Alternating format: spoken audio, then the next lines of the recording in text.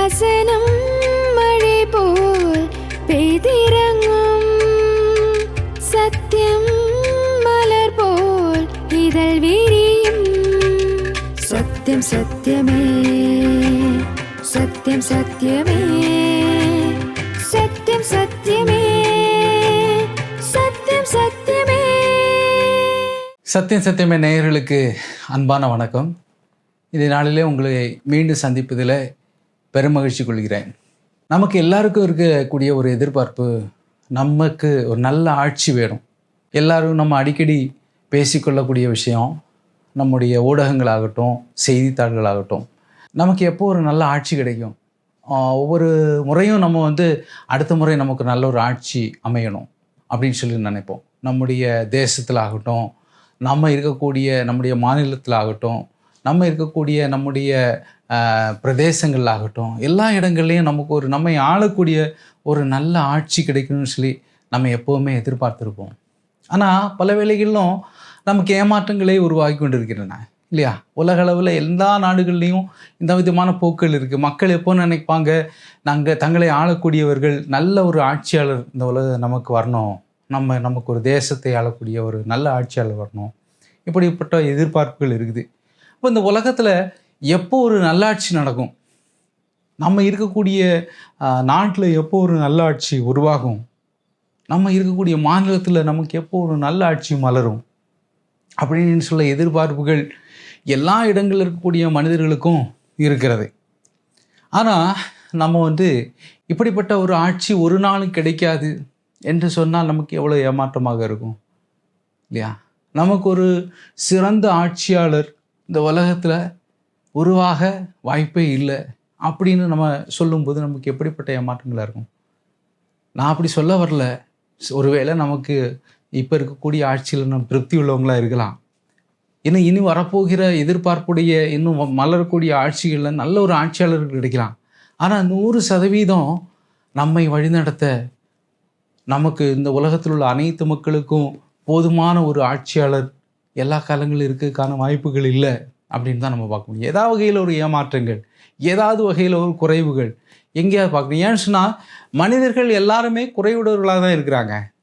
இந்த உலகத்தில் எவ்வளவு பெரிய புகழ்பெற்ற ஆட்சியாளர்களாகட்டும், அவங்களுக்கு பின்னாடி ஒரு குறைவு இருக்கிறோம். ஏதாவது வகையில் அவங்க இந்தந்த விஷயங்கள் அவங்க குறைவுடையவர்களாக இருந்தாங்கன்னு சொல்லி பார்க்குறோம். நம்ம ஹிஸ்ட்ரி வாசிக்கும் போது, நம்ம வரலாறு வாசிக்கும் போது பெரிய பெரிய மன்னர்கள் ஆட்சி செய்திருக்கிறாங்க. அந்த மன்னர்களுடைய புகழையும் அவங்க செய்த செயல்பாடுகளையும் குறித்து நம்ம இன்றைக்கி நிறைய பேசிகிட்டு இருக்கிறோம் இல்லையா? ஆனால் அவங்க செய்த தீமையான விஷயங்களையும் பற்றி படிக்கிறோம். இவ்வளவு நல்ல விஷயங்கள் செஞ்சுருக்காங்க, ஆனால் இந்தந்த விஷயங்கள் அவங்களுடைய வாழ்க்கையில் நாட்டுக்கு இப்படி பண்ணிட்டாங்க, இந்த மக்களுக்கு இப்படி பண்ணிட்டாங்க, அவங்க இதை சரியாக நடத்தலை, இந்த விஷயத்தில் அவங்க குறைவுபட்டுருந்தாங்க அப்படின்னு சொல்ல விஷயத்தையும் நம்ம இன்னைக்கு வரலாறுல நம்ம நிறைய படிக்கிறோம். அப்போ எந்த குறையும் இல்லாத ஒரு ஆட்சி எப்போ நம்ம இந்த உலகத்தில் மலரப்போகிறது, நான் இருக்கக்கூடிய தேசத்தில், நம்ம இருக்கக்கூடிய மாநிலத்தில் எப்போ ஒரு பரிபூர்ணமான ஆட்சி உருவாகும் அப்படின்னு பார்க்கும்போது நிச்சயமாக அதற்கு வாய்ப்பு இப்போதைக்கு நம்ம இல்லைன்னு சொல்லி பார்க்குறோம். ஏன் அப்படி சொல்கிறீங்கன்னு கேட்கும்போது, நம்ம மனிதனை குறித்து, மனிதனுடைய வாழ்க்கை குறித்து தெளிவாக உணர வேண்டுமென்றால் அது பைபிளால் மட்டும்தான். பைபிளில் மட்டும்தான் மனிதனை குறித்த செய்திகள் விரிவாக தெளிவாக சொல்லப்பட்டுள்ளது. வேறு எந்த உலகத்தில் உள்ள மற்ற எந்த புத்தகங்களையும் விட மனிதனுடைய வாழ்க்கை குறித்து, மனிதனுடைய படைப்பை குறித்து, அவனுடைய இப்போதைய வாழ்க்கை குறித்து, அவனுடைய எதிர்கால வாழ்க்கை குறித்து, இந்த உலகத்தினுடைய முடிவை குறித்து எல்லாமே நமக்கு பைபிளில் தான் நம்ம தெளிவாக நம்ம பார்க்க முடிகிறது. அப்போது தொடக்கத்தில் மனிதனுடைய தொடக்கம், முதல் மனிதன் உருவாக்கப்பட்ட வரலாறுலேருந்து இனி மனித சமுதாயத்தினுடைய இறுதி வரை நம்ம பைபிளில் தான் பார்க்குறோம்.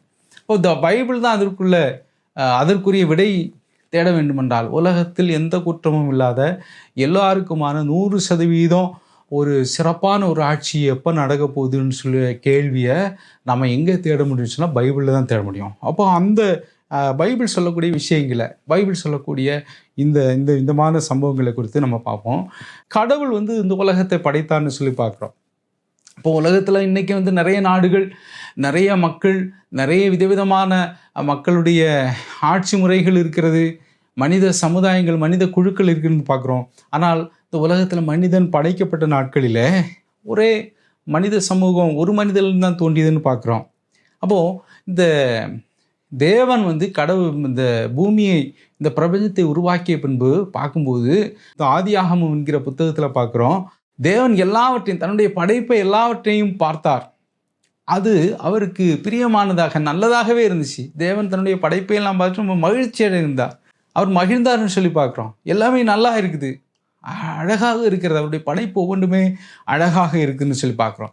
அப்போது இந்த அழகான படைப்பு அழகு இழந்து இன்னைக்கு பார்க்கக்கூடிய கசப்பும் வெறுப்பும் பட்டினியும் பசியும் அராஜகமும் அநீதியும் எப்போ வந்துச்சுன்னு பார்க்கும்போது முதல் மனிதன் பாவம் செய்கிறான்.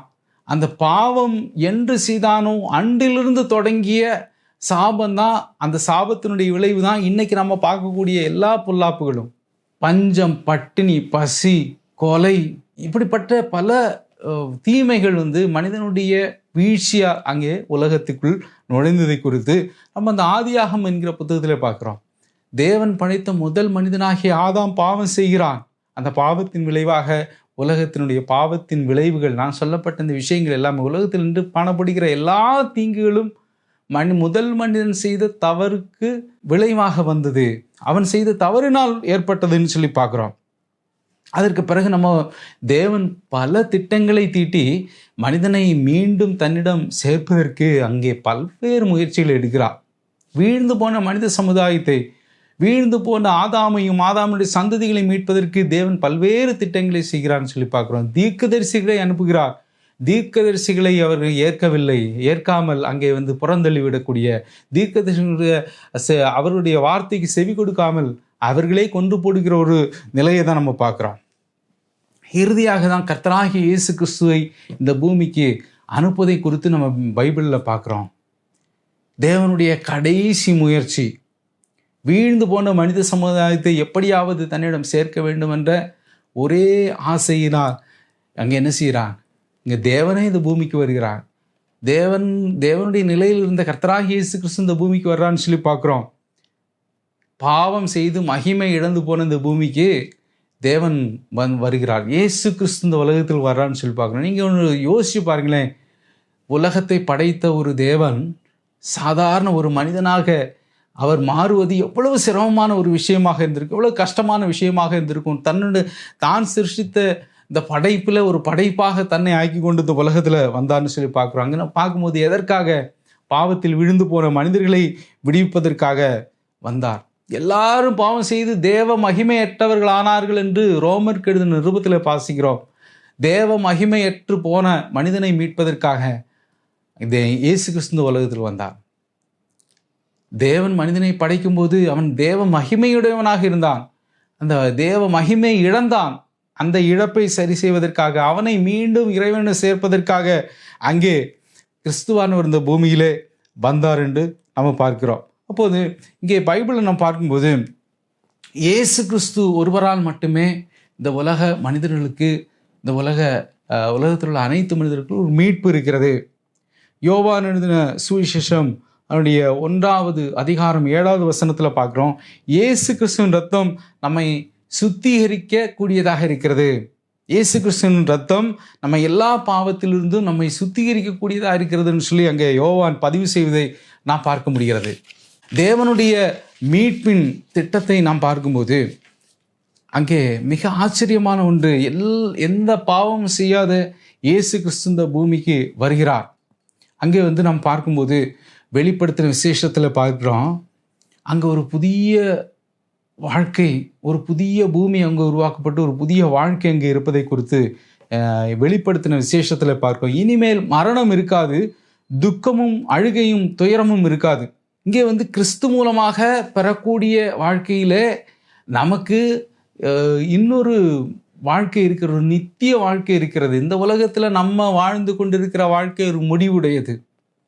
அது நீங்கள் இயேசு கிறிஸ்துவை ஏற்றுக்கொண்ட விசுவாசிகளுக்கும் உலகத்தில் உள்ள மற்றவர்களுக்கும் இந்த உலகத்தில் ஒரு இறுதி இருக்கிறது. நம்முடைய வாழ்க்கை ஒரு 70-80 வருடம் வேணா இந்த உலகத்தில் வாழ முடியும். அதற்கு பிறகு நம்ம எல்லாருமே நம்ம மண்ணுக்குள்ளே புதையுண்டு போகக்கூடியவர்கள் தான்.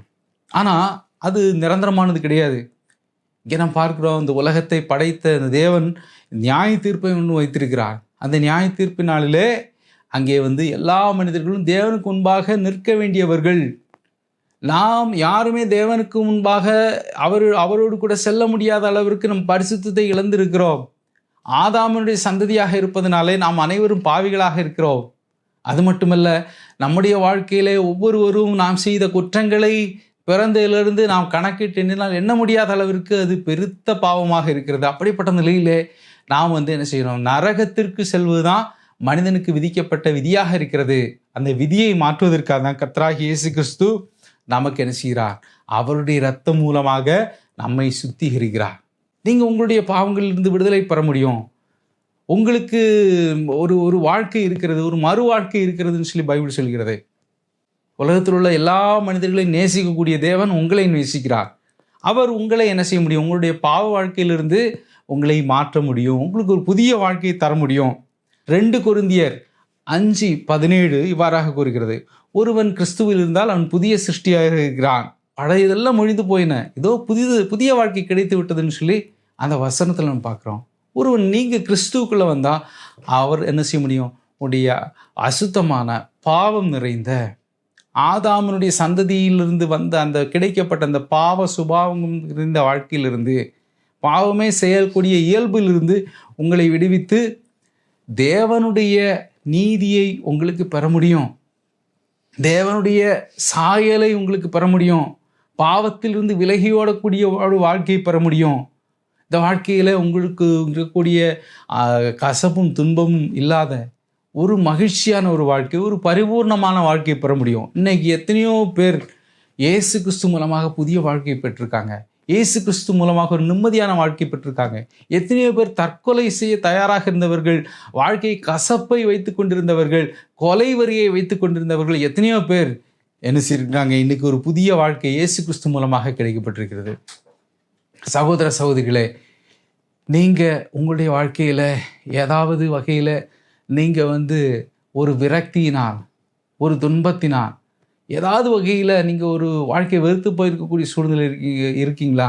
நிச்சயமாக இந்த வார்த்தை உங்களுக்காக தான். உங்களுடைய வாழ்க்கையில் ஒரு பிரகாசத்தை உருவாக்குவதற்கு, ஒரு புதிய வழியை உருவாக்குவதற்கு இன்னைக்கு உங்ககிட்ட கர்த்தராகிய இயேசு கிறிஸ்து உங்ககிட்ட பேசிகிட்டு இருக்கிறார். உங்களுடைய பாவங்களை மன்னிப்பதற்கு அவர் தயாராக இருக்கிறார். நீங்கள் இந்த சத்தத்திற்கு செவி கொடுக்காமல் வாழ்ந்தீர்கள் என்றால் உங்களுடைய வாழ்க்கை முடிந்துவிடும். அதற்கு பிறகு நம்ம இந்த உலகத்திற்கு ஒரு அழிவு இருக்கிறது. பைபிள் மிக தெளிவாக சொல்கிறது, இந்த உலகம் அழியப் போகிறது. இந்த அழிவிலிருந்து யாரும் தப்பித்துக் கொள்ள முடியாது. அந்த அழிவின் தேவனுடைய நியாய தீர்ப்பு, காட்ஸ் ஜட்ஜ்மெண்ட் ஒன்று இருக்கிறது. அன்னைக்கு நம்ம எல்லா மனிதர்களும் நரகத்திற்குள் தள்ளப்படுவார்கள். ஏனென்றால் பரிசுத்தத்தை இழந்த மனிதன், ஆதாம் செய்த பாவத்தினுடைய தண்டனை ஆதாமனுடைய சந்ததி அனைவரும் பெற வேண்டிய ஒரு நிலையில் இருக்கிறோம்.